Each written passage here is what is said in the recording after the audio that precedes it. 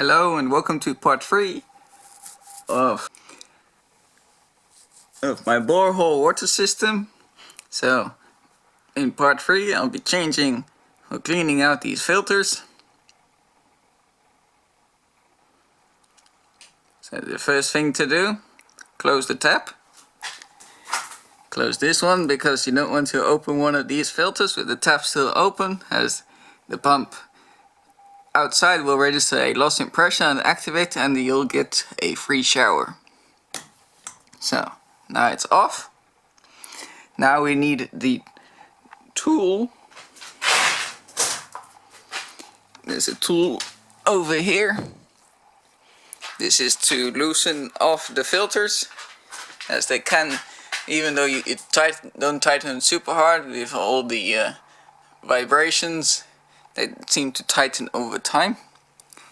So it just goes over here like so, and then you pull on it.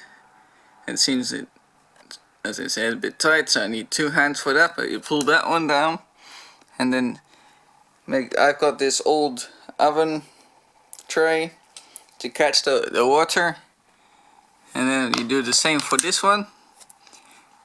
And I drain the water through the window and then clean out this filter, clean out the housing. This one I just clean out the housing and replace with a new filter, because you can't clean these filters, they need to be replaced. This one is a serviceable filter. Okay, let's see if we can do that.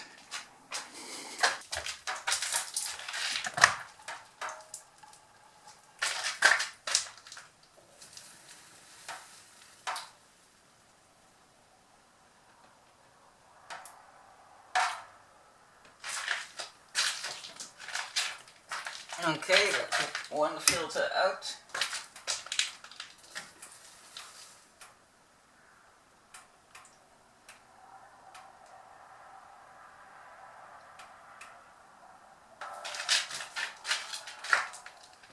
Okay, this filter is out. I've already thrown it downstairs through the window, and eventually I'll throw it away.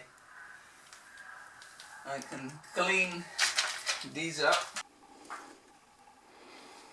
Alright, so you can use a compressor if you have the space to fill this up, or as what I do, use a bicycle pump. So this cover comes off and the valve is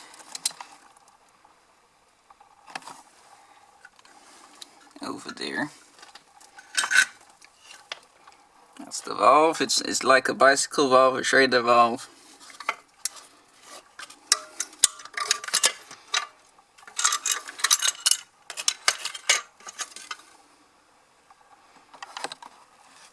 So that's what we'll be filling up.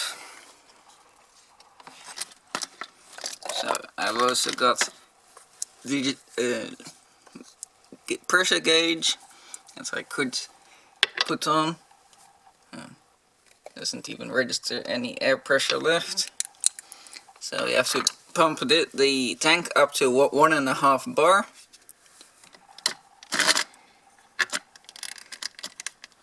There we go.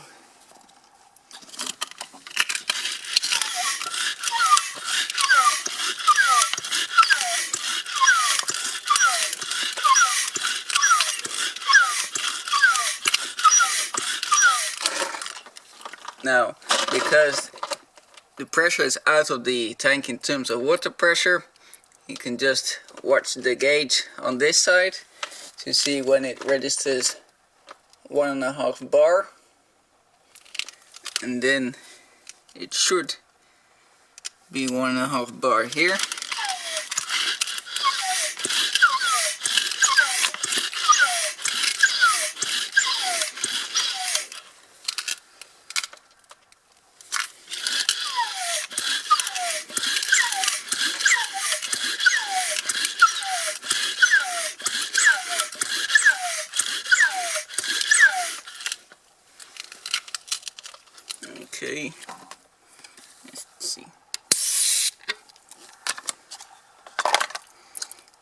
gauge on.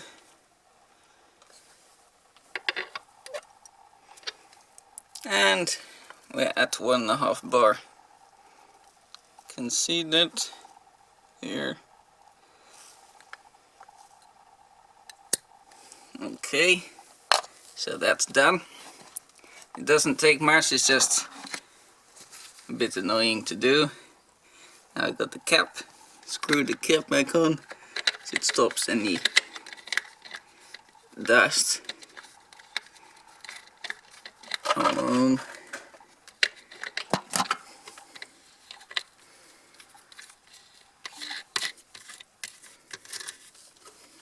Okay, cap is back on. Turn the pump on over here. Can hear the pump. And now it's off. Now we clean the filters off in the sink. Pretty straightforward. I have a old brush, kitchen brush, dishwashing brush to do that with. Okay, well, installation is reverse of removal. So this filter is now being cleaned. Before putting them on, check that the housing seal is still in place, as well as the seals on the actual filter. This seems to be going a bit skew, so I think I need both my hands. Yeah, that filter is not correctly seated. Looks a little bit different to the brown filter that came out.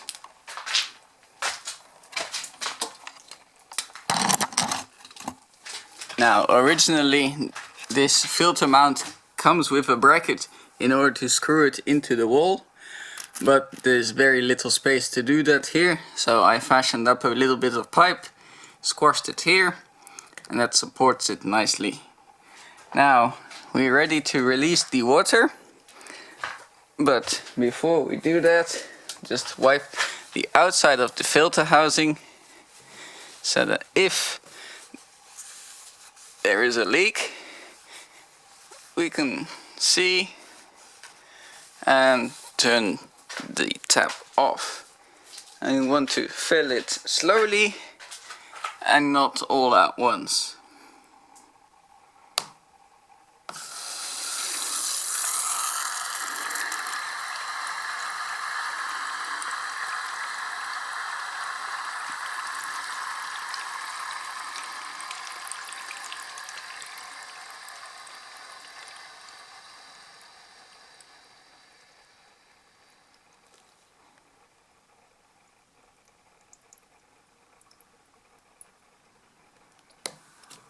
Now, once it's all filled, then we open the tap.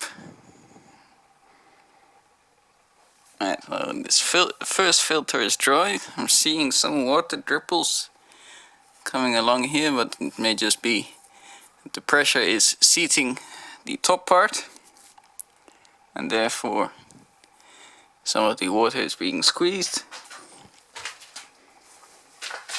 I'll just dry that off.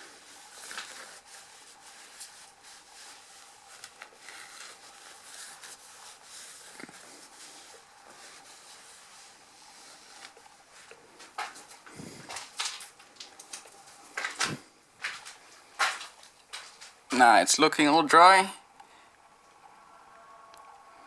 There's no droplets or streams of water coming down. So we're all good there. What I usually do is then this evening or a couple of hours later I'll just come back up, check that everything is still okay. And once that's then it's good for another month.